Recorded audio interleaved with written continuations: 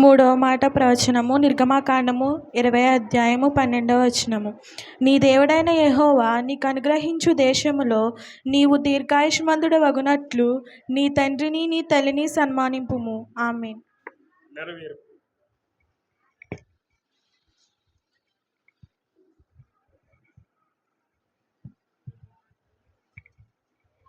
మూడవ మాట నెరవేర్పు.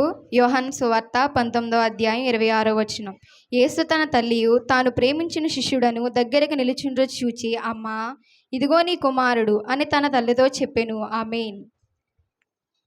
సమయంలో వాక్య వివరణ మనం విందాము.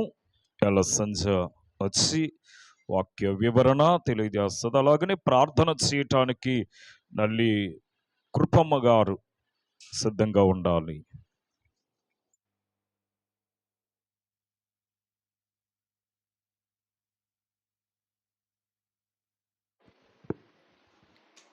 యేసుక్రీస్తు ప్రభువారు సిలువలో పలికిన 7వ మాటలో 3వ మాట, అమ్మా, ఇదిగో నీ కుమారుడు.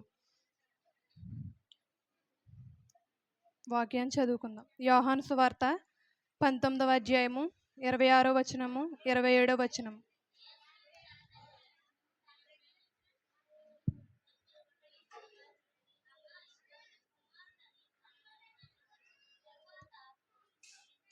చాలు, ప్రార్థన చేసుకుందామండి. మహోన్నతుడ, సర్వశక్తిమంతుడ, స్తుతులు స్తోత్రాలు తండ్రి. నాయనా, నాడు నువ్వు సిలువలో పలికిన 7 మాటలు ప్రభువా, ఈ రోజున నీ యొక్క సన్నిధిలో ప్రభువా ఈ 3వ మాట చెప్పుకొనుటకు నేను పూనుకున్నాను తండ్రి. నీవే నాతో ఉండి మూడవ మాటను పలికించమని వేడుకొనుచున్నాను పరమ తండ్రి. ఆమేన్. 3వ మాట, అమ్మా, ఇదిగో నీ కుమారుడు. ఇది యేసుక్రీస్తు ప్రభువారు సిలువలో పలికిన 3వ మాట. ఇతరులను గురించి సిలువలో పలికిన మాటలలో ఇది 3వ మాట. యేసుక్రీస్తును గురించిన 4 సువార్త పుస్తకాల్లో ఈ మాట యోహాను సువార్తలో మాత్రమే వ్రాయబడింది. తల్లి అయిన మరియ కొరకు శిష్యుడైన యోహానుతో పలికిన మాట ఇది. ధ్యానం. ఈ మాట 3 వ్యక్తులకు సంబంధించినది. 1, యేసు ప్రభువారు అప్పగిస్తున్న వ్యక్తి. 2, మరియా అప్పగించబడుతున్న వ్యక్తి. 3, యోహాను స్వీకరిస్తున్న వ్యక్తి. మొదటగా యేసుప్రభు వారి గురించి తెలుసుకుందాం. కలువరి సిలువలో వ్రేలాడుతున్న యేసుప్రభు వారు తన తల్లి అయిన మరియను తన శిష్యుడైన యోహానుకు అప్పగిస్తున్నాడు. ఈ సంగతిని జ్ఞానం చేసుకునే ముందు మరియను గూర్చి యోహాను గూర్చి కొన్ని విషయాలు తెలుసుకుందాం. అప్పగించబడుతున్న వ్యక్తి మరియా. మిరియాము అను హెబ్రీ పదము యొక్క గ్రీకు రూప పదమే మరియా. ఈ పదానికి చేదు అని అర్థం. ఈమెను గురించి కన్య అయిన మరియా, యేసు తల్లి అయిన మరియా అని ఎక్కువగా వ్రాయబడింది. మరియు దావీదు వంశస్థురాలు. మరియా దావీదు వంశస్థురాలు. యవ్వన కాలంలో భక్తిపరురాలుగా జీవించడం వలన ప్రభువైన యేసుకు తల్లి అయ్యే అవకాశము దొరికింది. పరిశుద్ధాత్మ వలన గర్భము ధరించింది. అప్పటికే యేసేపుకు ప్రదానం చేయబడిన మరియా ఎన్నో నిందలు పడి ఉంటుంది, ఎన్నో బాధలు అనుభవించి ఉంటుంది. కానీ ప్రభువును లోకంలోనికి తీసుకురావడానికి భర్త అయిన యోసేపు ప్రోత్సాహంతో అవన్నీ భరించింది. బెత్లెహేములో రక్షకుడైన యేసయ్యకు జన్మనిచ్చింది. 8వ దినమున బాలుడైన యేసుకు సున్నతి చేయడానికి దేవాలయానికి తీసుకుని వెళ్ళినప్పుడు సిమెయోను ద్వారా ఖడ్గం లాంటి మాట విన్నది. ఆ మాట ఏంటంటే, నీ హృదయంలోనికి ఒక ఖడ్గము దూసుకొని పోవును అని సిమెయోను పలుకగా విని తట్టుకుంది. భార్య అయిన యోసేపుతో దేవదూత స్వప్నం ద్వారా మాట్లాడింది. బాలుడైన యేసును ఐగుప్తు దేశానికి తీసుకొని వెళ్ళిపోయింది. యేసుక్రీస్తు జన్మించిన తర్వాత తన భార్య అయిన యోసేపు ద్వారా కొంతమంది పిల్లలకు జన్మనిచ్చింది. 3.5 సంవత్సరాలుగా రాజసువార్త పనిలో ముందుకు సాగుతూ తనకు దూరంగా ఉన్న యేసుప్రభు ఇప్పుడు కలువరి సిలువలో రక్తపు మడుగులో మరణపు టంచుల దగ్గర నిలువబడి వేదన అనుభవిస్తుంటే ఆ తల్లి అయిన మరియా హృదయం ఎలా తల్లడిల్లిపోతుందో ఒక్కసారి ఆలోచించండి. 3వది యోహాను గారు. తల్లి అయిన యేసుప్రభు వారు తల్లి అయిన మరియను మరియను బాధ్యతను యోహానుకు అప్పగిస్తున్నారు. యోహాను గారు స్వీకరిస్తున్నారు. యోహాను అను పేరుకు యెహోవా దానము అని అర్థము. ఇతని తండ్రి పేరు జబదయి, తల్లి పేరు సలోమి, సహోదరుని పేరు యాకోబు. ఇతను ఒక జాలరి. మొదట బాప్తిస్మమిచ్చి యోహాను యొక్క శిష్యునిగా ఉండేవాడు. ఇదిగో లోకపాపమును మోసుకొని పోవు దేవుని గొర్రెపిల్ల అని బాప్తిస్మమిచ్చి యోహాను ప్రభువును గూర్చి పలికిన మాటలు వినిన తరువాత ప్రభువారిని వెంబడించిన ఇద్దరు శిష్యులలో యోహాను ఒకడు. ఆ తరువాత యేసు ప్రభువారు పిలువగా సమస్తమును విడిచిపెట్టి ఆయనే వెంబడించాడు. సహోదరులైన యాకోబు, యోహానులకు ప్రభువారు బొయానెర్గేస్ అని పేరు పెట్టారు. ఆ పేరుకు ఉరిమెడివారు అనే అర్థము. లోకాసు వార్త 9వ అధ్యాయము 49వ వచనం.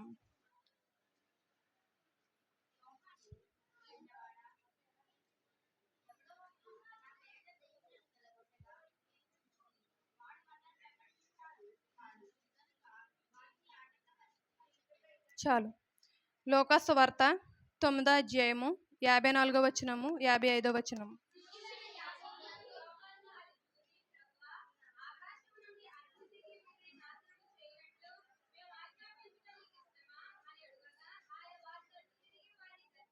చాలు.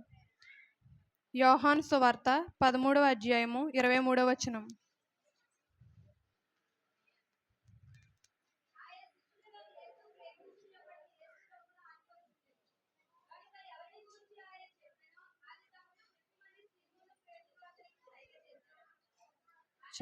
చాలు. యేసుకు ప్రియమైన ముగ్గురు శిష్యుల జాబితాలో యోహాను ఒకడు. యేసును గెత్సేమని తోటలో పట్టుకున్న తర్వాత శిష్యులందరూ పారిపోయారు, కానీ ఒక్క యోహాను గారు మాత్రము పారిపోలేదు. యేసును మాత్రమే జాగ్రత్తగా వెంబడించి కల్వరి శిలువలో వ్రేలాడుతున్న యేసయ్య దగ్గర నిలవబడ్డాడు. యేసు రొమ్మును ఆనుకున్న శిష్యునిగా ఉన్న యోహాను క్రూరులచే హింసింపబడిన యేసును, శిలువ మీద బాధను అనుభవిస్తున్న యేసును చూస్తుండగా అతని హృదయం ఎంతగా బాధపడి ఉంటుందో ఒక్కసారి ఆలోచించండి. ఇవి మరియా యోహానుల స్థితిగతులు, పరిస్థితులు. ఇలా వీరిరువురు కలిసి కలువరి శిలువ ముందు నిలవబడ్డారు. ప్రభువారు మొదటి మాటతో తనను హింసించిన వారిని క్షమించమని ప్రార్థన చేశారు. రెండవ మాటలో దొంగకు రక్షణ వాగ్దానాన్ని ఇచ్చారు. ఈ రెండు మాటలు పలికిన తర్వాత శిలువ దగ్గర ఉన్న తల్లిని, తాను ప్రేమించిన శిష్యుడైన యోహానును దగ్గర నిలవబడటం చూశారు. ఖడ్గము దూసుకుని పోయిన హృదయం కలిగిన మరియను, వేదన భారంతో నిండిపోయిన హృదయం కలిగిన యోహాను చూచి యేసు పలికిన మాట ఇది. మూడవ మాట, అమ్మా ఇదిగో నీ కుమారుడు. యేసు ప్రభువారు తన తల్లితో శిలువ మీద పలికిన మాట ఇది. ఆయన జీవితకాలంలో తన తల్లితో మాట్లాడిన 3 సందర్భాలను గురించి మాత్రమే బైబిల్ తెలియజేస్తుంది. 1 పస్కా పండుగ సమయంలో, 2 కానా వివాహ సమయంలో, 3 యేసుక్రీస్తు శిలువ మీద ఉన్న సమయంలో. మొదటిది మనం వివరించుకుందాం. పస్కా పండుగ సమయంలో యేసు ప్రభువారు 12 సంవత్సరాల వయసు కలిగి ఉన్నప్పుడు ఈ మాటను పలికారు. మీరెలా నన్ను వెదకుచుంటిరి? నేను నా తండ్రి పనుల మీద నుండవలనని మీరు ఎరుగరా? 2 కానా వివాహ సమయంలో, వివాహంలో ద్రాక్షారసం అయిపోయినప్పుడు మరియు మరియా ద్రాక్షారసము అయిపోయిందని యేసుతో చెప్పగా ఆయన ఈ మాటను పలికారు, అమ్మా నాతో నీకేమి పని? నా సమయం ఇంకా రాలేదు. 3 యేసుక్రీస్తు శిలువ మీద ఉన్న సమయంలో, ఇప్పుడు శిలువ మీద మాట్లాడుతున్న మాట. ఆయన మాటలలో మూడవది. అలాగే తన తల్లితో తాను మాట్లాడిన మాటలలో బైబిల్ వ్రాయబడిన 3వ మాట కూడా ఇదే. అమ్మా ఇదిగో నీ కుమారుడు అని యేసు పలుకుటలో తన తల్లిని గూర్చిన శ్రద్ధ కనబడుచున్నది. నీ హృదయంలో నుండి ఖడ్గము దూసుకొని పోవును అని సుమేయోను పలికిన మాటలను జ్ఞాపకం చేసుకొని దుఃఖంతో నింపబడిన తన తల్లి అయిన మరియను ప్రభువారు జ్ఞాపకం చేసుకున్నారు. సామెతలు 23వ అధ్యాయము 22వ వచనం.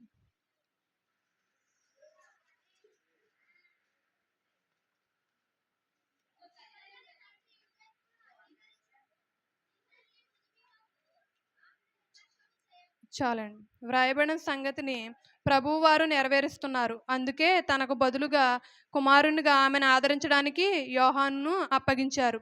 నయీను అను ఊరిలోని విధవరాలి కుమారుడు చనిపోయి పాడె మీద పెట్టబడి మోయబడుతుండగా యేసు వచ్చి, చిన్నవాడా లెమ్మని పలికారు. వెంటనే పాడె మీద శవంగా ఉన్న ఆ కుమారుడు లేచి మాట్లాడడం మొదలుపెట్టాడు. ఆయన ఆ కుమారుని తల్లికి అప్పగించాడు. లూకా సువార్త 7వ అధ్యాయము 11-16.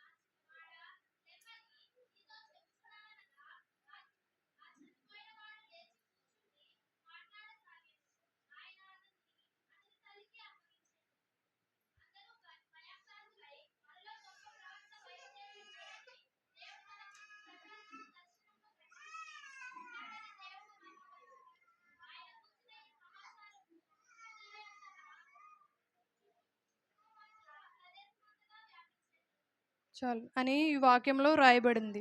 మన ప్రభువారు ఆ కుమారుని తల్లికి అప్పగించి ఆ తల్లికి ఆదరణ ఆనందాన్ని కలిగజేశారు. రక్షకునిగా తన బాధ్యతను ఆ తల్లి ఎడల నెరవేర్చారు. ఇప్పుడు కలువరి శిలువ దగ్గర తన తల్లికి యోహానును అప్పగించి కుమారునిగా ఆయన తన బాధ్యతను నెరవేరుస్తున్నారు. నిర్గమకాండము 20వ అధ్యాయము 12వ వచనం.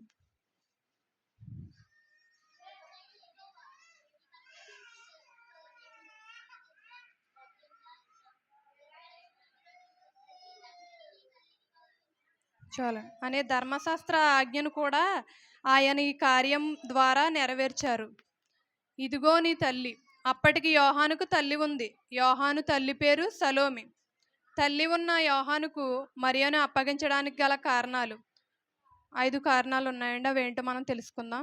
ఒకటిది, సిలువ వరకు యేసును వెంబడించిన శిష్యుడు యోహాను మాత్రమే. 2, యోహాను యేసు రొమ్మున ఆనుకొనిన శిష్యుడు. 3, యోహాను యేసును అమితంగా ప్రేమించాడు. 4, యేసు ప్రభువారు కూడా యోహానును అధికంగా ప్రేమించేవాడు కాబట్టి యేసు ప్రేమించిన శిష్యుడని యోహానుకు పేరు వచ్చింది. 5, నమ్మకస్తుడు తల్లి ఉన్నప్పటికీ తన తల్లిని అప్పగించడంలో యోహాను మీద ప్రభువారికున్న నమ్మకం మనకు కనబడుతుంది. ఇలా కలువరి సిలువలో వేలాడుతున్న యేసయ్య తన శత్రువులను తనతో పాటు సిలువ వేయబడిన దొంగను తన తల్లిని జ్ఞాపకం చేసుకొని ఈ మొదటి 3 మాటలు పలికారు. ఈ మాటకు నేర్పిన అనుభవాలు మనం తెలుసుకుందాం. కలువరి సిలువలో ఘోరమైన బాధను అనుభవిస్తున్న ప్రభువారు తన తల్లిని గూర్చి మర్చిపోలేదు. మనం కూడా మన తల్లిదండ్రులను మర్చిపోలేని వారిగా ఉండాలి. తల్లి అయిన మరియను శిష్యుడైన యోహానుకు అప్పగించడంలో ఆయనకు తల్లి ఎడల ఉన్న బాధ్యత కనబడుతుంది. మనం కూడా తల్లిదండ్రుల ఎడల బాధ్యత కలిగి ఉండాలి. అమ్మా, ఇదిగో నీ కుమారుడు అని యోహానును తన తల్లికి అప్పగించడంలో ప్రభువారు తన తల్లి ఎడల చూపిస్తున్న ఆదరణ కనబడుతుంది. మనం కూడా మన తల్లిదండ్రులను ఆదరించే వారిగా ఉండాలి. తల్లి కొరకు ధర్మశాస్త్రంలో ఉన్న ఆజ్ఞలను ఆయన శిలువ మీద ఉండి కూడా నెరవేర్చారు. మనం కూడా మన తల్లిదండ్రుల కొరకు వాక్యంలో ఉన్న ఆజ్ఞలను పాటించేవారుగా ఉండాలి. ప్రార్థన చేసుకుందాం. మహోన్నతుడ, సర్వశక్తిమంతుడ, స్తుతులు స్తోత్రాలు నాయన ఈ రోజు నేను ఈ 3వ మాట నీ సన్నిధిలో ఉండి నేను ధైర్యం చాలకపోయినా నాయన నీ సన్నిధిలో నుంచున్నాయన చెప్పబోచుండగా నాకు ఎంతో ధైర్యాన్ని ఇచ్చి పలికించావు ప్రభా. అలాగే ప్రభా, నా తర్వాత చెప్పబోచున్న వారు ఎవరైనా ఉన్నారో ప్రభా, వారికి కూడా నీ ధైర్యం కలిగించి ప్రభా, ధైర్యంగా ఎంతో నాయన మాట్లాడి మీ మాటను వివరించుకొని పోతుండగా నీవే తోడుండమని వేడుకొని చున్నాను పరమ తండ్రి. ఆమె.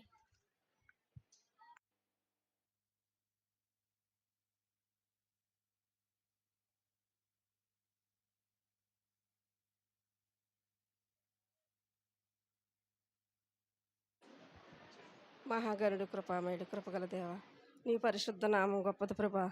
యేసయ్య, దాసయ్య, యేసురత్మయ్య, మహాగణుడ కృపామయుడ మృతులైన భక్తులు మాతో ఉంచి మా మధ్యన మీరుండి సంచరించుతున్నారని నమ్ముచున్న మరణాత రారాజమందిరంలో నీ మహిమ నీ కృప నీ కాపుదల మరి ఉన్నదని నమ్మి ప్రార్థించుకుంటున్నాం తండ్రి. ఇదిగో వివరించింది ప్రభా మూడో మాట ప్రభా బిడ్డ ఆ బిడ్డ విషయంలో ప్రార్థిస్తుంది తండ్రి. స్తోత్రం తండ్రి. ధైర్యం ఇచ్చావు తండ్రి. దాని సక్కనాల మాటలు వివరించింది ప్రభానికి స్తోత్రం తండ్రి. యాహాను అని సక్కనాల మాటలు వివరించిన బిడ్డని బట్టి స్తోత్రాలు వందనాలు అర్పించుకుని దేవదాసయ్య యశ్రత్మయ్య ఇదిగోనైనా మాట్లాడేవారు నిలబడితే నేను మాట్లాడతానని వాగ్దానం ఇచ్చావు. అందరికీ ధైర్యం ఇచ్చి ఆరోగ్యం ఆయుష్కాలం దయచేసి ఇలాంటి ఎన్నో సంవత్సరంలో చూడమని వారు ఎంతోమంది ఉన్నారు. సూచిస్తున్నాం తండ్రి. స్తోత్రాలు తండ్రి. 40 దినాలు నీ కృప నీ కాపుదల ఈ బిడ్డలపై ఉంచారు. 3 మాటలు వివరించిన బిడ్డలు దీవించారు, ఆశీర్వదించారు. ఇంకా జరగవలసిన బిడ్డలు ఈ వివరించిన బిడ్డలు కూడా దీవించి ఆశీర్వదించి మా దాసుల కుటుంబాన్ని దీవించండి, సంఘాన్ని దీవించండి, గ్రామాన్ని దీవించండి. మరి వివరించిన బిడ్డను దీవించి ఆశీర్వదించమని నజరేయుని యేసు నామములో అడిగి వేడుకుంటున్నాను పరలోక తండ్రి. ఆమేన్.